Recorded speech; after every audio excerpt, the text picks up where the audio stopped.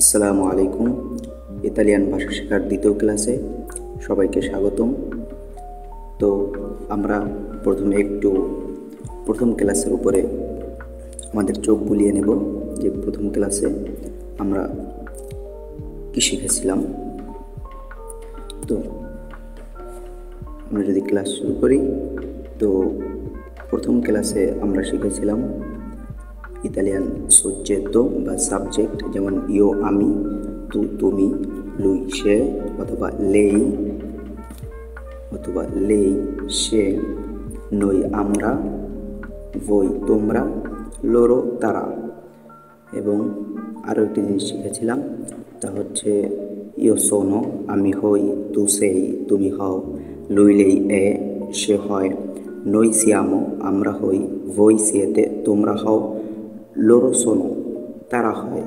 এবং আরও একটি জিনিস যে আমরা শিখেছিলাম তা হচ্ছে ইও অ আমার আছে, তু আই তোমার আছে, lui lei আ তার আছে, noi abbiamo আমাদের আছে, voi avete তোমাদের আছে, loro hanno তাদের আছে।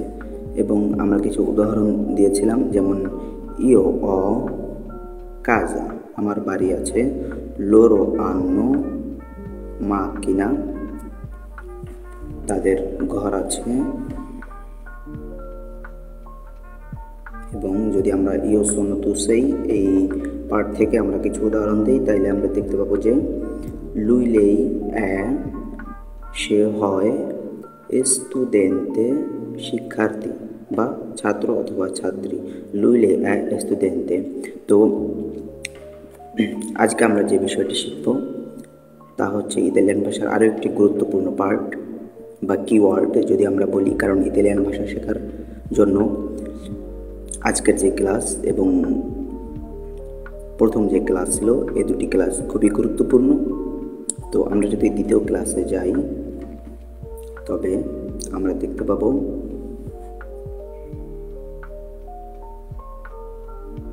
যে ইতালিয়ান ভাষার কিছু অবজেক্ট বা পসেসিভ। ওকে, তো আমরা শুরু করব অবজেক্ট দিয়ে, যেমন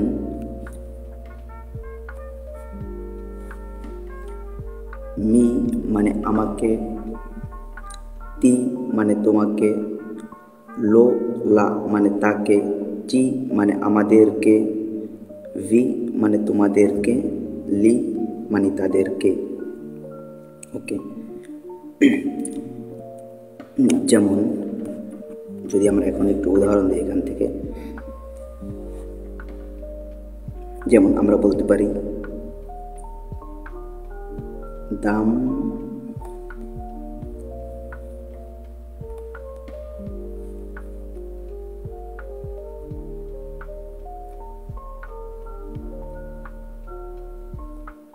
মি, এখানে আমরা দেখতে পাচ্ছি মি, দাম্মি। যখন আমরা আরও আগে যাব এবং সুপারিয়ার লেভেলে আলোচনা করব, তখন আমরা এই বিষয়ে বুঝবো যে এখানে দাম্মি কেন হলো। বাট এখানে মি, দাম্মি মানে আমাকে দাও। আপনার সামনে যে লোক আছে আপনি তাকে বলতেছেন দাম্মি মানে আমাকে দাও। অথবা যদি আমরা বলি, আরও একটু উদাহরণ দিই, তি থেকে, তি মানে তোমাকে, এবং আমো মানে আমো একটা ভার্ব যা আমারে থেকে এসেছে, যার অর্থ ভালোবাসা। তি আমো মানে আমি তোমাকে ভালোবাসি। ওকে, এভাবেই। ওকে, আমরা দ্বিতীয় পার্টে যাব, দেখবো আমরা দ্বিতীয় পার্টে কী আছে। এগুলো খুব ভালোভাবে নোট করে নেবেন, কারণ এগুলো খুবই গুরুত্বপূর্ণ।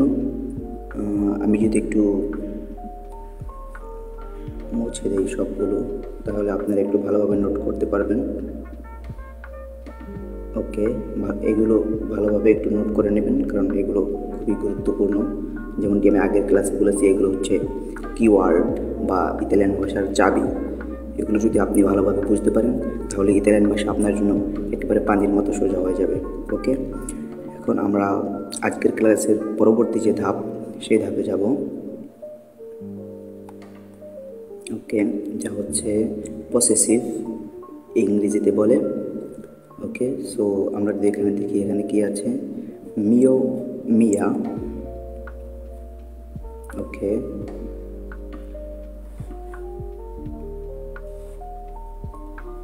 মিও মিয়া মানে হচ্ছে আমার, তুও তুয়া মানে হচ্ছে তোমার, সুও সুয়া মানে হচ্ছে তার, নস্ত্র নস্তারা মানে হচ্ছে আমাদের, এটা বহুবচন বা ইংরেজিতে যাকে বলে প্লুরাল।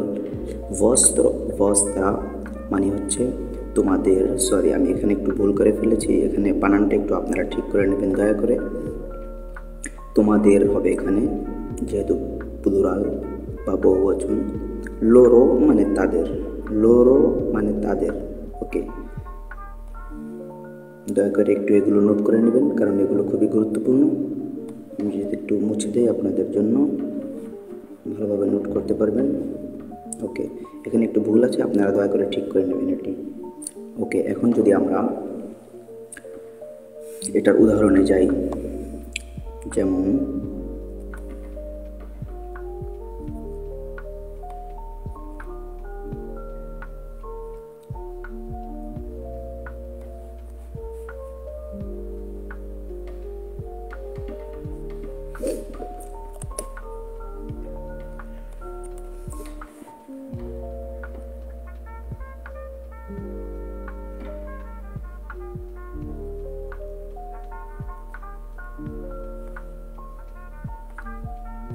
মিও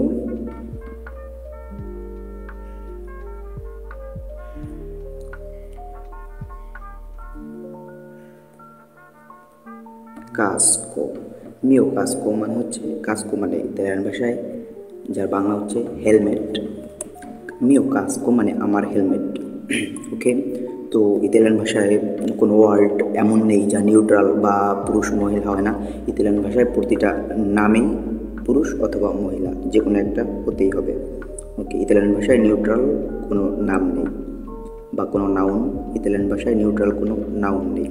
ওকে, আমি যদি আরও একটু উদাহরণে যাই,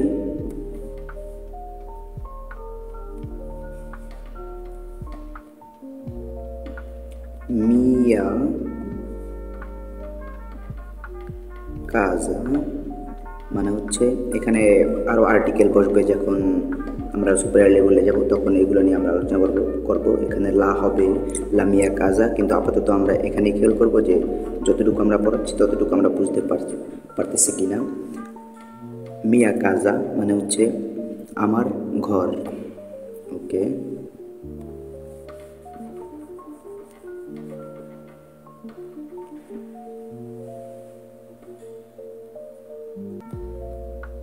মিয়া কাজা, মিও মিয়া, আমরা এখান থেকে উদাহরণ দিলাম। মিও মিয়া,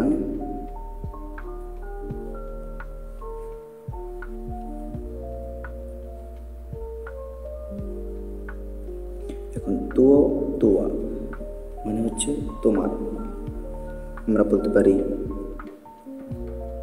তুও তুও কাপেল্লো, কাপেল্লো মানে হচ্ছে ক্যাপ বা টুপি। তো কাপেল্লো মানে হচ্ছে তোমার টুপি বা ক্যাপ। ওকে, অথবা যদি একটা এটা হচ্ছে একটা পুরুষ নাম বা পুরুষ নেম, এটা একটা নাম, ক্যাপ একটা জিনিসের নাম এবং এটা একটি পুরুষ নাম, সেক্ষেত্রে আমরা ব্যবহার করেছি তুও। এখন যদি আমরা একটা মহিলার নাম নিই, যেমন তুয়া, তুয়া পেন্না, তুয়া পেন্না মানে হচ্ছে তোমার কলম। ঠিক এইভাবে যদি আমরা সুয়া সুয়াতে যাই,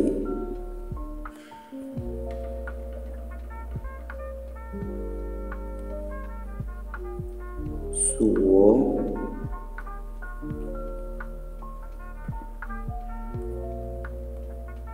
সুয়া, সুও কাপেলো মানে হচ্ছে তার ক্যাপ বা টুপি, সুয়া পেন্না মানে হচ্ছে তার কলম। ওকে, আমরা যদি পরবর্তী উদাহরণে যাই, নস্ত্র নস্ত্রা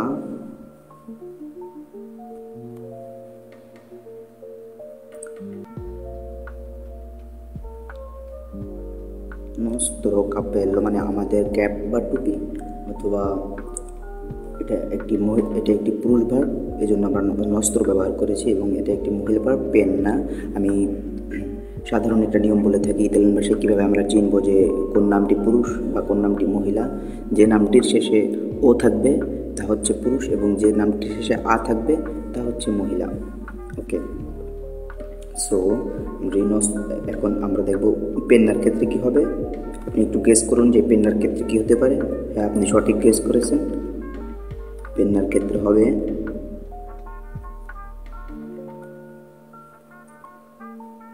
নস্ত্রা। ওকে, নস্ত্রা পেন্না মানে হচ্ছে আমাদের কলম। ওকে,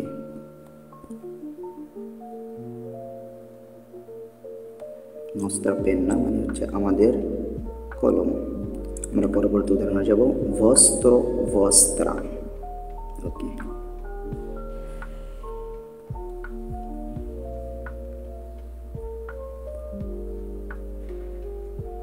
এটার ক্ষেত্রে কী হতে পারে আপনারা গেস করুন। অবশ্যই vostro capello মানে হচ্ছে আমাদের ক্যাপ বা টুপি। এক মিনিট।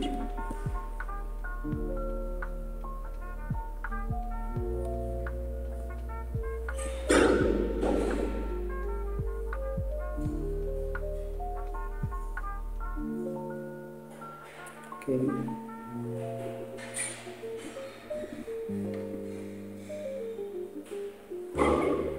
vostro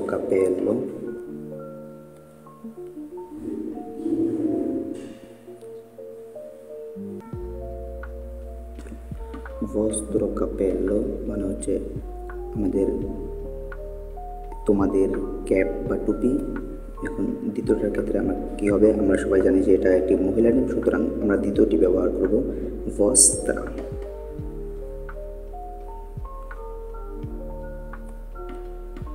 vostra penna। ওকে, মানে হচ্ছে তোমাদের কলম। ওকে, আমরা যদি তাদেরটা যাই এবং লোরোতে যাই, আমরা দেখতে পাবো যে কি এখানে মহিলার ক্ষেত্রেও লোরো হবে, পুরুষের ক্ষেত্রেও লোরো হবে। ওকে,